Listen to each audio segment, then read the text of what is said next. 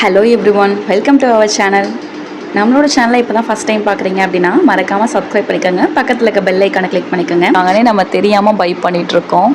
அப்போ இது எவ்வளோ பெரிய ஸ்கேம்னு பாருங்கள். அப்படியே இருந்தாலும் ஓகே, நம்ம வாங்குகிற ப்ராடக்ட் தானே ஷிப்பிங் சார்ஜ் வாங்குறாங்கன்னு சொல்லிட்டு நம்ம அதை ஜஸ்டிஃபை பண்ணிட்டு போனாலும், இங்கே இருக்க பெரிய விஷயம் என்ன அப்படின்னா, அமேசான் ஃப்ளிப்கார்ட்டில் நம்ம ஒரு ப்ராடக்ட் வாங்குகிறோம் அப்படின்னா ஒரு குவான்டிட்டி வாங்கினாலும் 10 குவான்டிட்டி வாங்கினாலும் அதே 40 to 60 ரூபீஸ் தான் நமக்கு வந்துட்டு டெலிவரி சார்ஜ் வரும். இதுவே நம்ம வந்து ரீட்டைலர், இன்ஸ்டாகிராம் அந்த மாதிரி வாங்கினோன்னா கொரியர் பேஸ் பண்ணி, வெயிட் பேஸ் பண்ணி 60 to 100 ரூபீஸ் வரைக்கும் வரும்.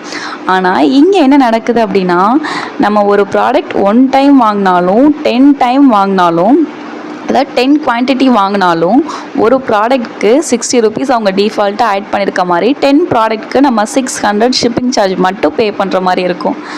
அப்போ இங்கே வந்துட்டு ஏமாளி யார்? லிட்ரலி நம்ம தான். ஸோ வந்துட்டு இது தெரியாமல் தான் நம்ம வந்து மீஷோ வந்துட்டு ப்ரைஸ் வந்து ரொம்ப கம்மின்னு சொல்லிட்டு நம்ம வந்து பர்ச்சேஸ் பண்ணிகிட்ருக்கோம். இதுக்கு கண்ணுக்கு தெரிஞ்ச அளவுக்கு அவங்க வந்துட்டு ஷிப்பிங் சார்ஜ் இவ்வளோன்னு சொல்லிட்டு வெளியே மென்ஷன் பண்ணி நம்மக்கிட்ட சார்ஜ் பண்ணிட்டு போயிருக்கலாம்.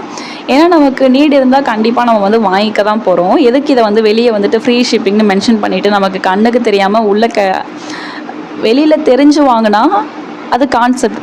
வெளியில் சொல்லிக்காமல் ஃப்ரீ ஷிப்பிங்னு மென்ஷன் பண்ணிவிட்டு உள்ளுக்குள்ளே வாங்கினா அதுக்கு பேர் திருட்டு தானே.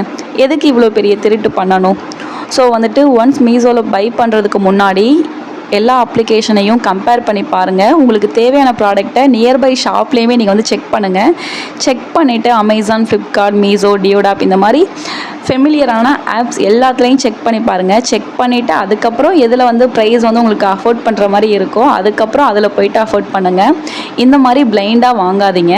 ஸோ இதுதான் என்னோடய சஜஷன்.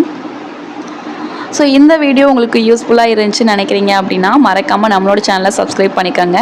பக்கத்தில் இருக்க பெல் ஐக்கானை கிளிக் பண்ணிக்கோங்க. உங்கள் ஃப்ரெண்ட்ஸ் மீஷோவில் கண்டினியூவாக பர்ச்சேஸ் பண்ணிகிட்ருக்காங்களா தெரிஞ்சுக்க அப்படின்னு சொல்லிட்டு இந்த வீடியோவை மறக்காமல் அனுப்பி வச்சுருங்க. ஓகே ஃப்ரெண்ட்ஸ், நாளைக்கு ஒரு இன்ஃபர்மேஷனான வீடியோவோட சந்திக்கிறேன். பாய்.